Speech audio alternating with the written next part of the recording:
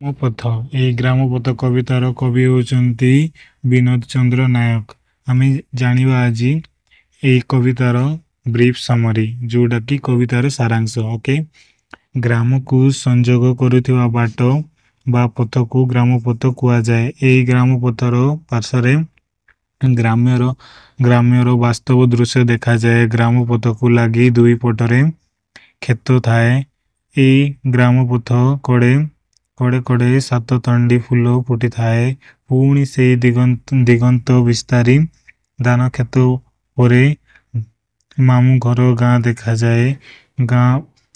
ଗ୍ରାମପଥର ଗୋଟାଏ ପଟରେ ଘରୁ ଗୋଟ, ଏପଟ ପୋଖରୀ ତୁଟ, ଅନ୍ୟ ପଟରେ କ୍ଷେତରେ ଚଣା ହରଡ଼ ବୁଟ ବୁଣା ଯାଇଥାଏ। ଗାଁ ପାଖ ପୋଖରୀକୁ ଗାଧୋଇବାକୁ ନିତି ଗାଁ ଭୁଆସୁଣୀ ମାନେ ଆସନ୍ତି। ନଣନ୍ଦ ପୋଖରୀ ତୁଟ ପଥରରେ ବସି ଦେହରେ ହଳଦୀ ଲଗାଏ। ଗାଁ ଭିତରେ ଚାଳ ଘର ମତାଣରେ ପାଣି କଖାରୁ ପୋଇ ଶାଗ ଲତା ମାଡ଼ିଥାଏ। ଘର ବାଡ଼ରେ ଅପରାଜିତ ଛଟା ମାଡ଼ିଥାଏ। ଏହି ଗ୍ରାମପଥ ଦେଇ ଗ୍ରାମବଧୂ ସକାଳର ଗାଧୁଆ ସାରି ଘରକୁ ଫେରିଲେ ପୁଣି ଗାଁ ପୁଅ ବିଦେଶକୁ ଯାଏ ଏବଂ ତାର ଫେରିବା ବାଟକୁ ତାର ନବବଧୂ ଆକୁଳରେ ଅନାଇ ରହିଥାଏ।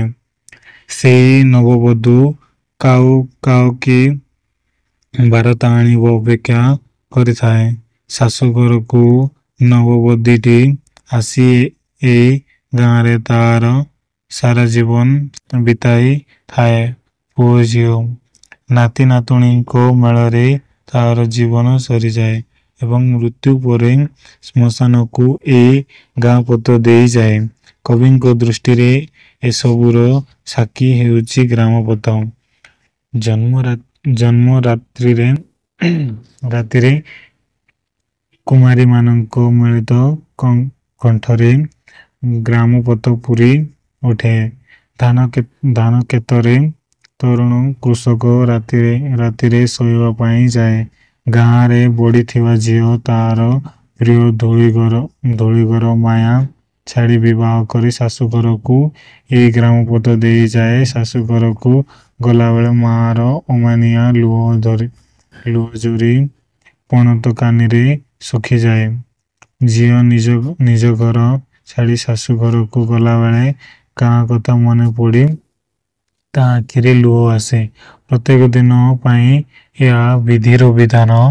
ଗାଁ ଚାରଣା ଆହୁରି ମନୋରମ ଦୃଶ୍ୟ ସୃଷ୍ଟି କରେ।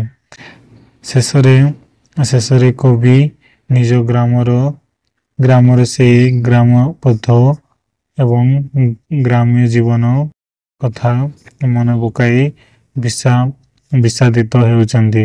ଗ୍ରାମ୍ୟ ଜୀବନ ପ୍ରତି କବିଙ୍କ ଅହେତୁକ ମୋହ ରହିଥିବାର ଦେଖାଯାଏ। ଏହି ବ୍ରିଫ୍ ସମରି ଅଡ଼ିଓ ଯଦି ତୁମକୁ ଭଲ ଲାଗିଥିବ ତାହେଲେ ଚ୍ୟାନେଲକୁ ସବସ୍କ୍ରାଇବ୍ କରନ୍ତୁ ଏବଂ ତୁମ ସାଙ୍ଗମାନଙ୍କ ସହିତ ସେୟାର କରନ୍ତୁ, ଲାଇକ୍ କରନ୍ତୁ। ଆଉ ଶୁଣିଥିବାରୁ ବହୁତ ବହୁତ ଧନ୍ୟବାଦ।